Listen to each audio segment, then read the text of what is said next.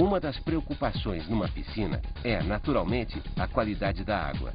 E ela está intimamente ligada à acidez ou basicidade, que são medidas pelos químicos através do pH.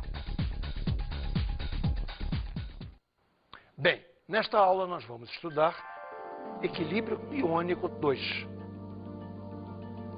aonde veremos várias situações do nosso dia a dia. Veremos água de piscina, veremos refrigerantes, veremos, e é um tema interessantíssimo, veremos a chuva ácida, um monte de assuntos legais. Basicamente, o que nós vamos estudar é pH e pOH.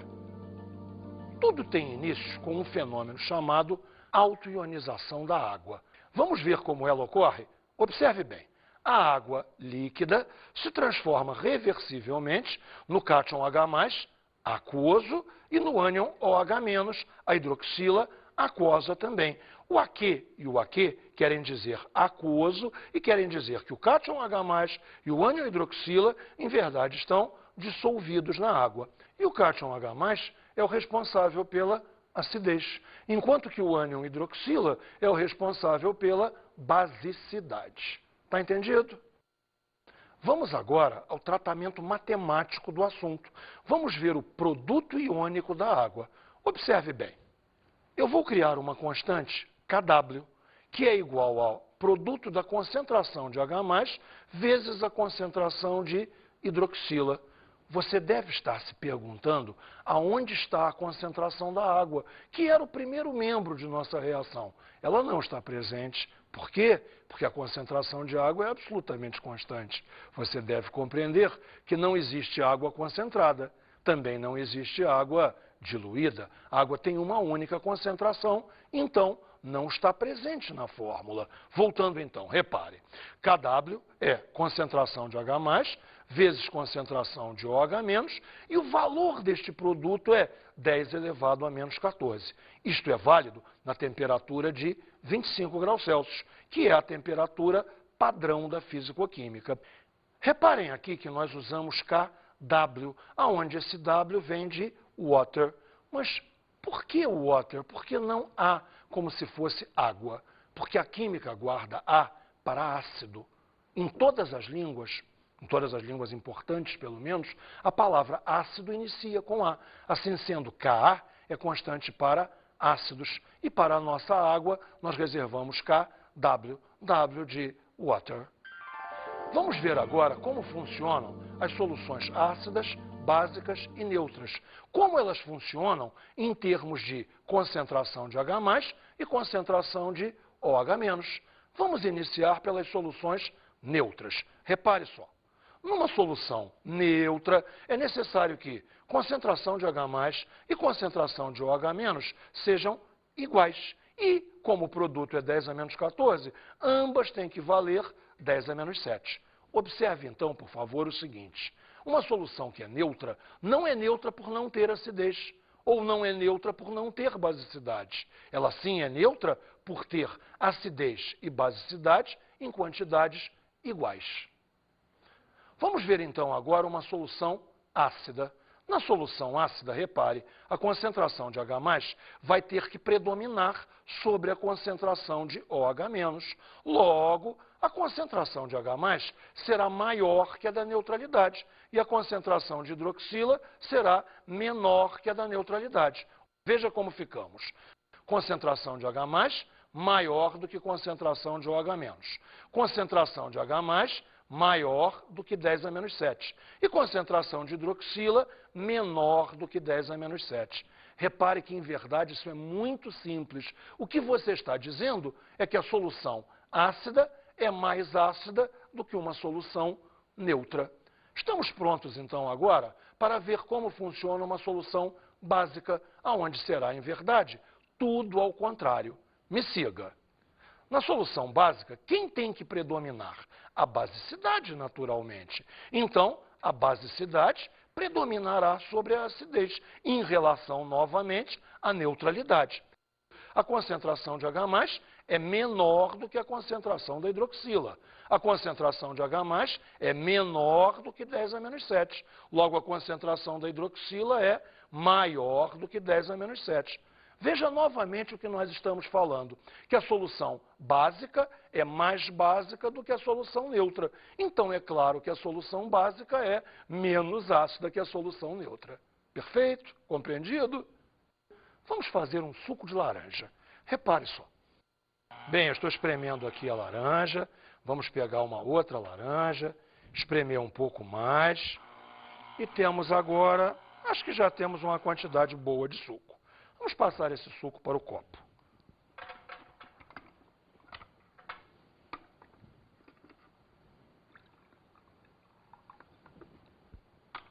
Repare o que temos aqui. Suco de laranja. Tudo isso você já viu infinitas vezes em sua vida.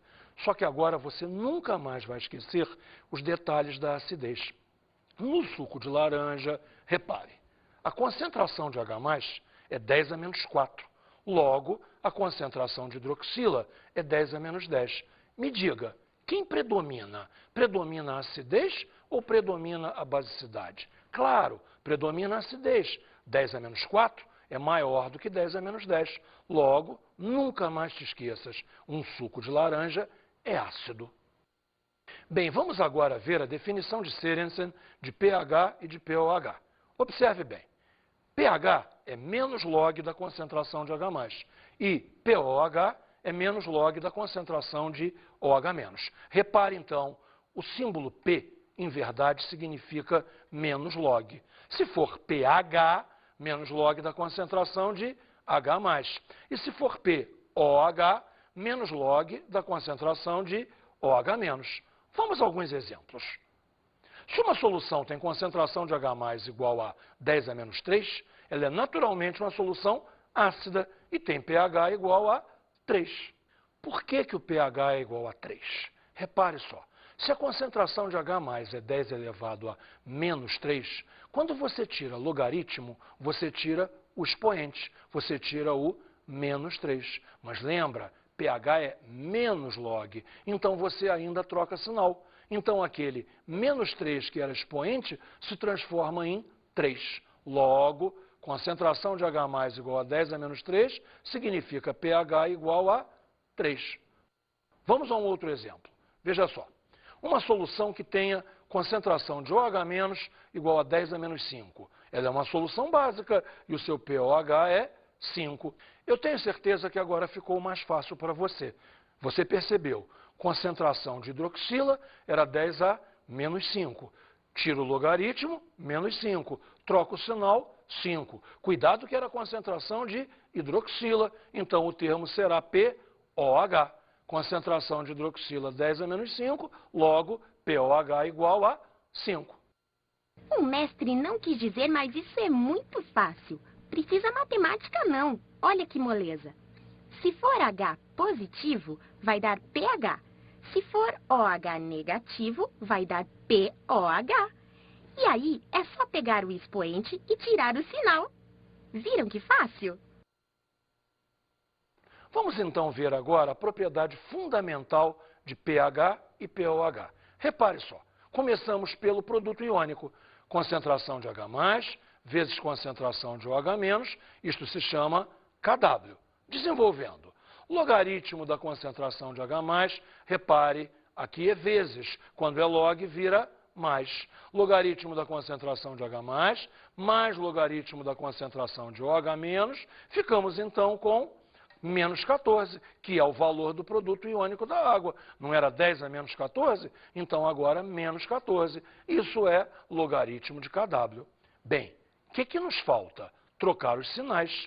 Então aqui fica menos log, que é pH. Aqui fica menos log, que é pOH. E aqui fica 14, que será menos log de KW, consequentemente pKW. Ou seja, esta é a propriedade fundamental de pH. Quando você somar pH e pOH de uma mesma coisa, você encontrará o valor 14. Perfeito? Compreendido de novo? Tá legal? Caramba! Quanta confusão para dizer uma coisa tão simples. A soma do pH de uma coisa com o pOH da mesma coisa dá 14. Matemático e químico é tudo enrolado. Bem, vamos resolver agora exercícios fundamentais de pH e pOH. Eu terei 4 valores numéricos: concentração de H+, pH, concentração de OH- e pOH. E um valor não numérico, que é o caráter. No caráter você vai dizer se a solução é ácida, se é básica, se é neutra. Neste exemplo, foi dado um valor numérico, que a concentração de H+ é 10A-2. Lembra como é que fica o pH? Se aqui é 10A-2, tira o sinal e você vai ter que o pH é 2. Claro agora que a concentração de hidroxila fica fácil. Se aqui é 10A-2, aqui é 10A-12, para que o produto de ambas seja 10A-14. Se a concentração de hidroxila é 10A-12, quanto é o pOH? Você tira o sinal e traz o número. O pOH é 12. Agora com calma para o caráter. Aqui é 10A-2, aqui é 10A-12.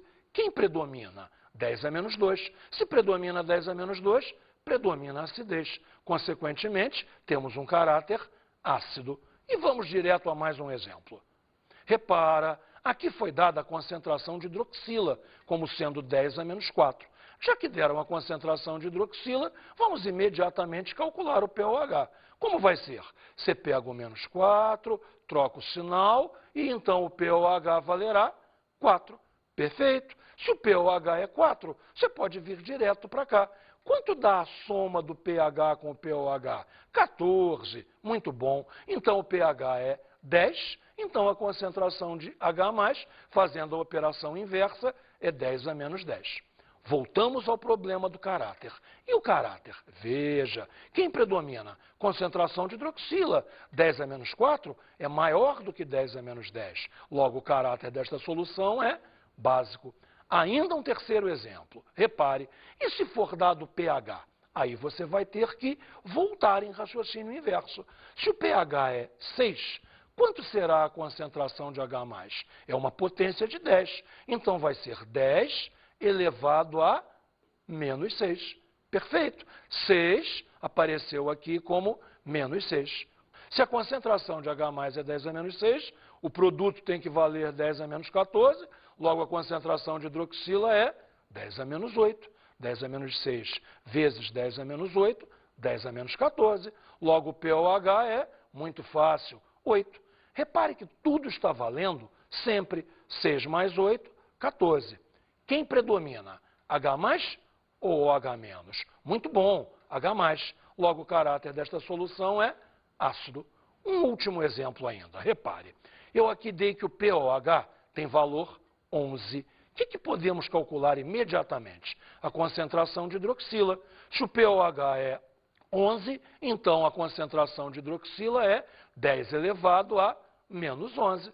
Está ficando fácil. Se aqui é 10A-11, aqui é 10A-3. Você já sabe, o produto é 10A-14. Se a concentração de H+ é 10A-3, o pH é 3.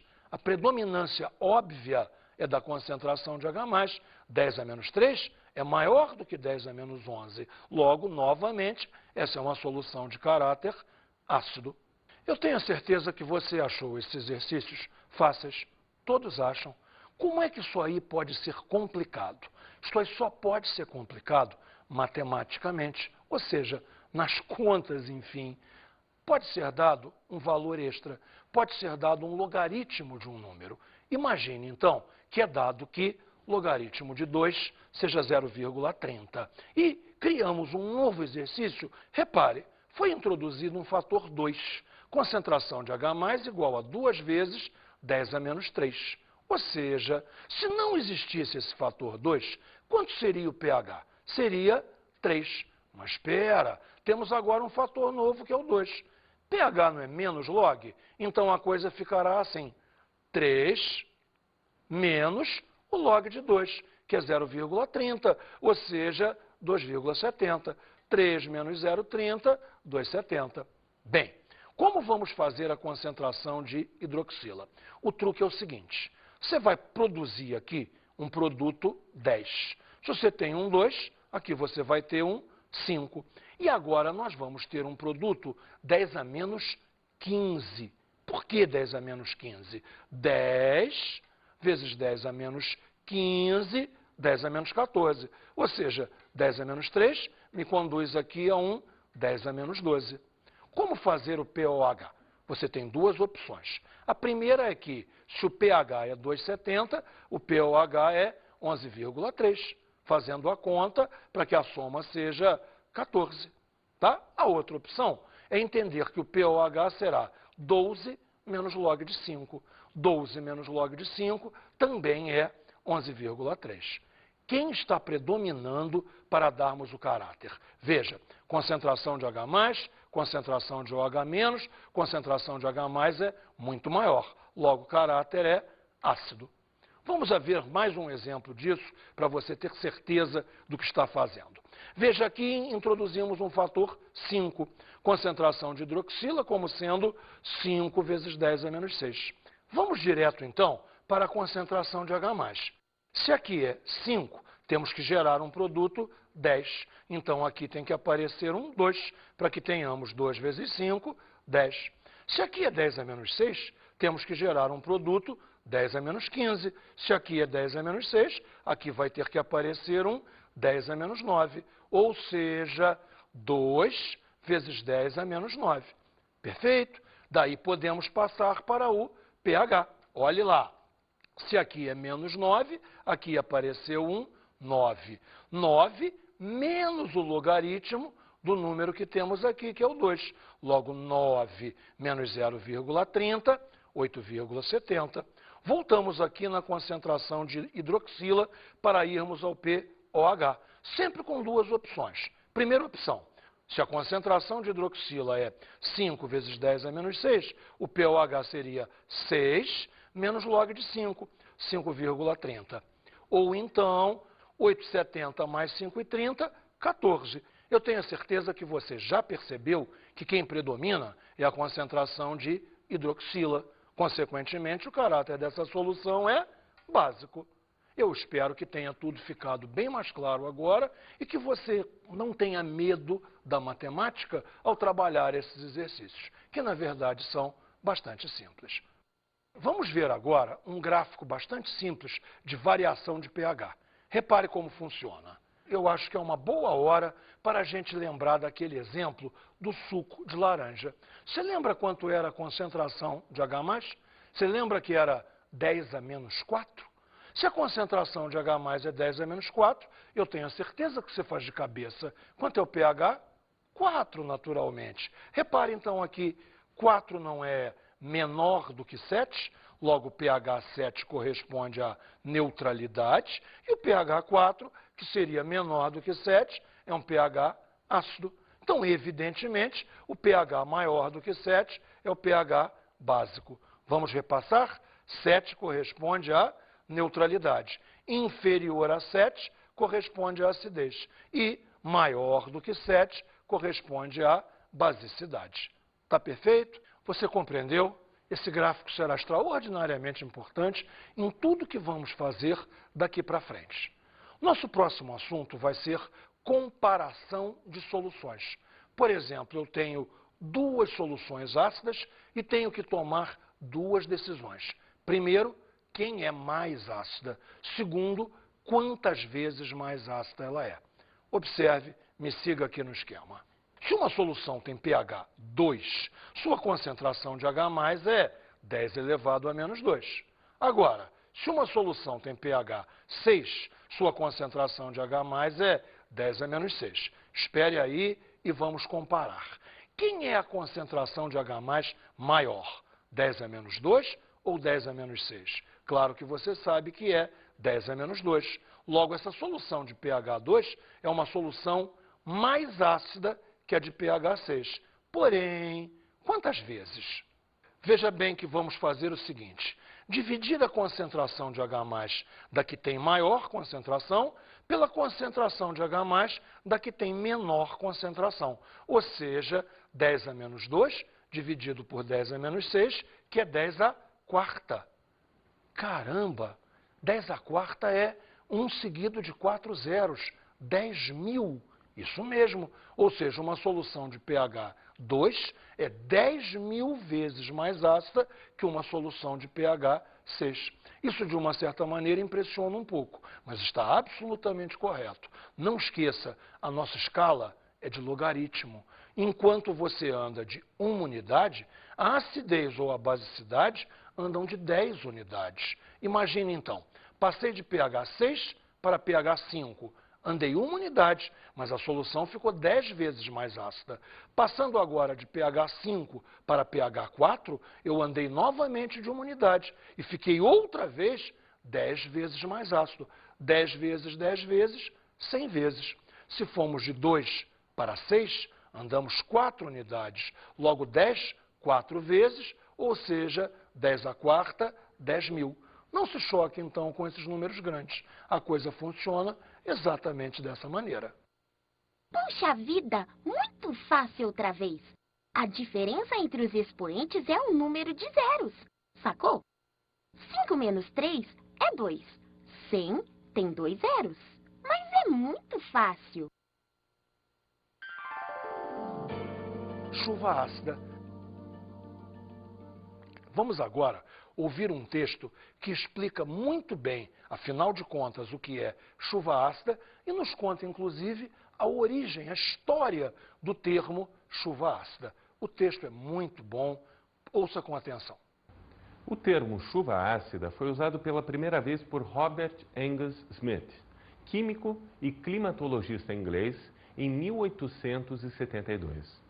Ele usou a expressão para descrever a precipitação ácida que ocorreu sobre a cidade de Manchester no início da Revolução Industrial. Com o desenvolvimento e avanço industrial, os problemas inerentes às chuvas ácidas têm se tornado cada vez mais sérios. Um dos problemas das chuvas ácidas é o fato destas poderem ser transportadas através de grandes distâncias, podendo vir a cair em locais onde não há queima de combustíveis. Inicialmente, é preciso lembrar que a água da chuva já é naturalmente ácida. Devido a uma pequena quantidade de dióxido de carbono, CO2, dissolvido na atmosfera, a chuva torna-se ligeiramente ácida, atingindo um pH próximo a 5,6. Ela adquire assim um efeito corrosivo para a maioria dos metais, para o calcário e outras substâncias. Quando não é natural, a chuva ácida é provocada principalmente por fábricas e veículos que queimam combustíveis fósseis. Desta poluição, um pouco se precipita, depositando-se sobre o solo, árvores, monumentos, etc. Outra parte circula na atmosfera e se mistura com o vapor de água. Passa então a existir o risco da chuva ácida. Você viu, então, que o texto mostra claramente o seguinte: só se chama realmente de chuva ácida quando ela tiver um pH inferior a 5,6 e essa acidez extra tiver como causa, normalmente, a poluição. Bem, chuva ácida é problema. Vamos ver agora quais são os prejuízos causados pela chuva ácida. São diversos. Na saúde, a chuva ácida libera metais tóxicos que estavam no solo. Esses metais podem alcançar rios e serem consumidos pelo homem, causando sérios problemas de saúde. Nos prédios, casas, arquitetura, a chuva ácida também ajuda a corroer os materiais usados nas construções. Nos monumentos históricos, há relatórios de corrosão na Acrópole, em Atenas, no Coliseu, em Roma, no Taj Mahal, na Índia, nas catedrais de Notre-Dame, em Paris, e de Colônia, na Alemanha. Os lagos podem ser os mais prejudicados com o efeito da chuva ácida, pois podem ficar totalmente acidificados, perdendo toda a sua vida. Desmatamentos. A chuva ácida faz clareiras, matando inicialmente 2 ou 3 árvores. Morrem algum tempo após muitas plantas que se utilizavam da sombra destas árvores. Assim se produzem clareiras. Na agricultura, a chuva ácida afeta as plantações quase do mesmo jeito que das florestas, só que a destruição é mais rápida, já que as plantas são todas do mesmo tamanho, tendo assim mais áreas atingidas. Como nós vimos, os problemas causados pela chuva ácida são muitos e nós temos que arrumar maneiras para, se não pudermos eliminá-los, pelo menos diminuí-los bastante. Como diminuir os problemas causados pela chuva ácida? Qual é a saída para isso? A resposta é muito simples. Primeiro, economizar energia. Mas como então economizar energia? Veja, 75% da energia que usamos provém de petróleo, provém de óleo diesel, provém de carvão, gás natural, ou seja, combustíveis fósseis. É possível minimizar o uso dos combustíveis fósseis, ainda economizando energia e tendo uma qualidade de vida melhor. Outras sugestões são as seguintes. No transporte coletivo, é fundamental diminuirmos o número de veículos circulando. Havendo menos veículos circulando, a poluição será menor. Outra alternativa excelente é o uso do metrô, que por ser elétrico polui muito menos. Outra maneira importante de diminuir a poluição é a purificação do escapamento dos veículos. O uso de filtros é altamente recomendável e se usam também catalisadores de conversão para que os gases ácidos não sejam liberados para a atmosfera. Outra forma de purificação é o uso de combustíveis menos poluentes, que tenham um teor de enxofre mais baixo, para que o anidrido sulfuroso, cuja fórmula é SO2, que é um gás ácido, não seja liberado para a atmosfera. Outra maneira muito importante de vermos a trabalhar é usar fontes alternativas de energia. Veja lá, primeiro que tudo, intensificar o uso de hidrelétricas e aumentar o uso de energia solar, painéis solares, por exemplo, e o uso da energia dos ventos. Aí está um grande futuro para a chamada energia eólica.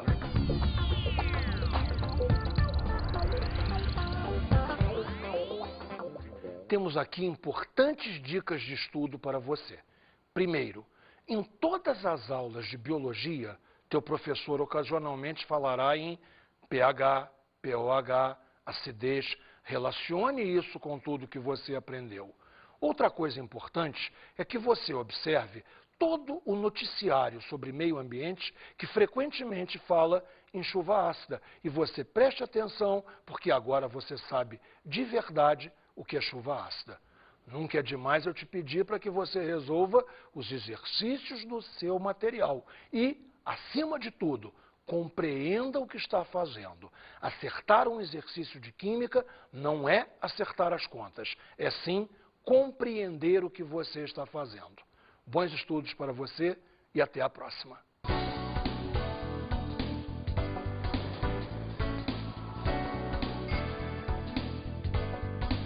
Na aula de hoje aprendemos mais sobre o equilíbrio iônico.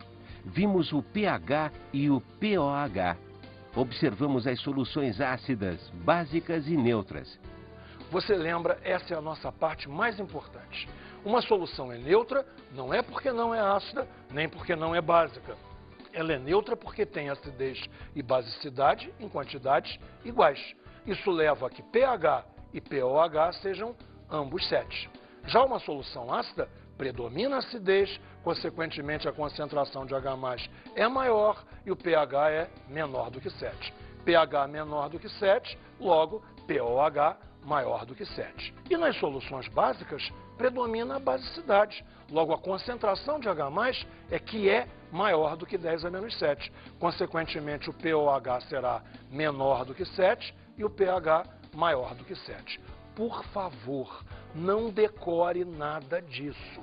Compreenda. E aprendemos sobre a chuva ácida. A primeira surpresa da chuva ácida é que toda chuva é ácida.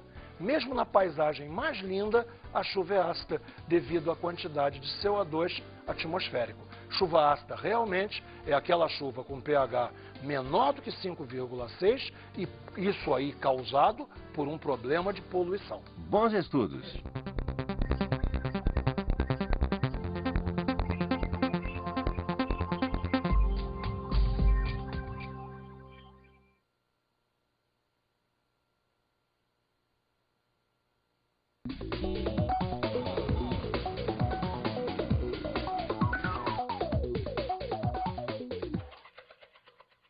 Bem, o colega sabe tão bem quanto eu que pH e pOH são excelentes oportunidades para contextualizar a nossa matéria. Nós temos aqui excelentes interfaces com a biologia, toda a parte de células, pH, enzimas e na geografia com o meio ambiente. Não podemos perder essa oportunidade. Contextualizar a química, fazê-la interagir com as outras matérias. E um detalhe precioso, não permita que as dificuldades de matemática dos nossos alunos interfiram em nossa aula. Tente facilitar ao máximo, fazer com que ele perceba que pOH e pOH é um assunto simples e agradável. Boa sorte para todos nós em nosso trabalho.